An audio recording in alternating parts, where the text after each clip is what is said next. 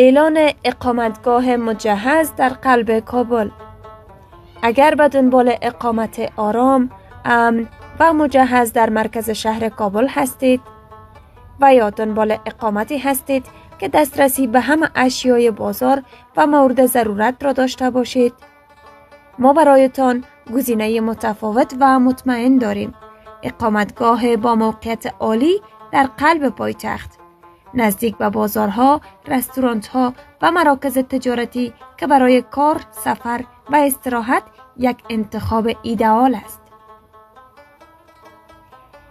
این اقامتگاه یک مکان امن و مجهز با خدمات برق و آب 24 ساعته، وایفای رایگان، اتاقهای راحت مجهز به تلویزیون و یخچال، آماده پذیرایی از مهمانان محترم می باشد. همچنان این اقامتگاه دارای سالن ورزشی، سونا و بخار، در آن سپورت رایگان فرودگاهی، امنیت 24 ساعته با نگهبانی و سیستم‌های حفاظتی، پارکینگ رایگان و خدمات نظافت روزانه است.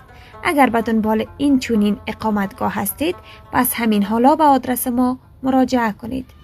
آدرس ما شهر نو، چهارراهی انصاری، پهلوی MTN، مرکزی هتل، برج ساعت و یا به شماره های 077 72 22 211 078 74 74 272 در تماس شوید. اقامتگاه ما جای برای آرامش، امنیت و راحتی شما.